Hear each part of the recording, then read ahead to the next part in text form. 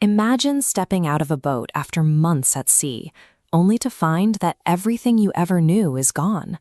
Just a global expanse of dark water receding to reveal miles of empty, debris-filled sludge.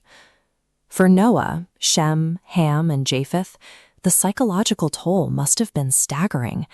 They are the absolute last humans left standing on an unrecognizable, silent planet. Hanging over that crushing isolation is a deep, existential dread. If the Creator just wiped out millions of people for their failures, there is no guarantee He won't wash this tiny remnant away the very first time they make a mistake. How exactly is a deeply traumatized family supposed to rebuild civilization in a total vacuum? There are no courts, no governments, and no cosmic boundaries left intact to guide them. Merely surviving the waters isn't the end of the problem. To prevent history from repeating itself, humanity needs an entirely new, formal agreement with the cosmos, a set of hard rules to keep the apocalypse from happening twice. That agreement starts immediately with a clear, urgent directive. God tells Noah and his sons to be fruitful and multiply and replenish the earth. They have to repopulate. This diagram shows the new earthly hierarchy, elevating humanity to a position of strict dominance over the animal kingdom. God decrees that the fear of you and the dread of you will now be on every living creature, cementing a permanent instinct of terror in animals toward humans. Looking at this updated flow of resources, you can see animals are now formally designated as human sustenance.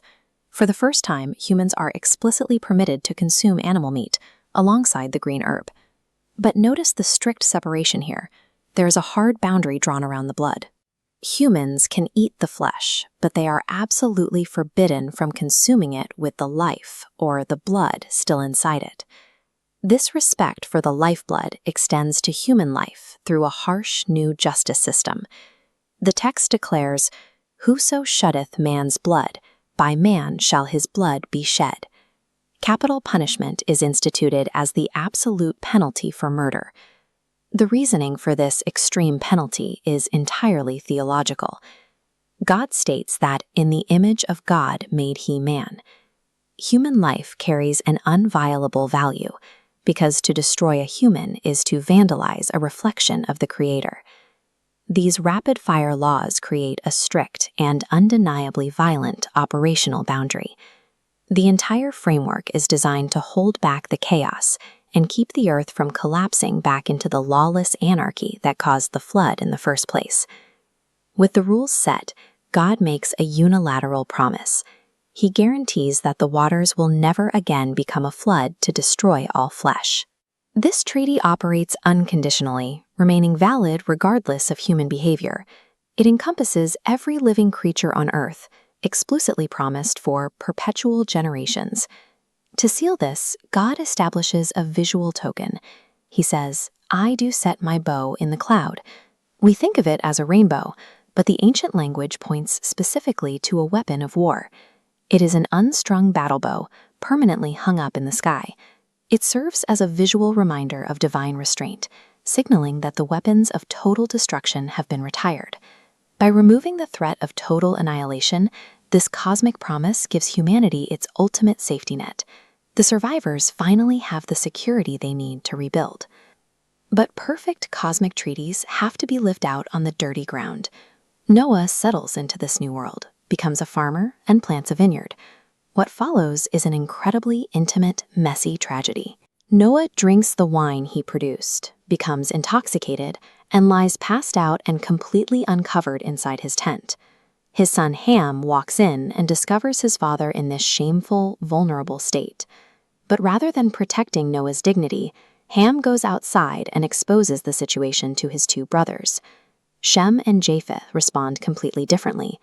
They take a garment, lay it across their shoulders, and walk backward into the tent, refusing to look at their father as they cover him. This family tree illustrates the fallout.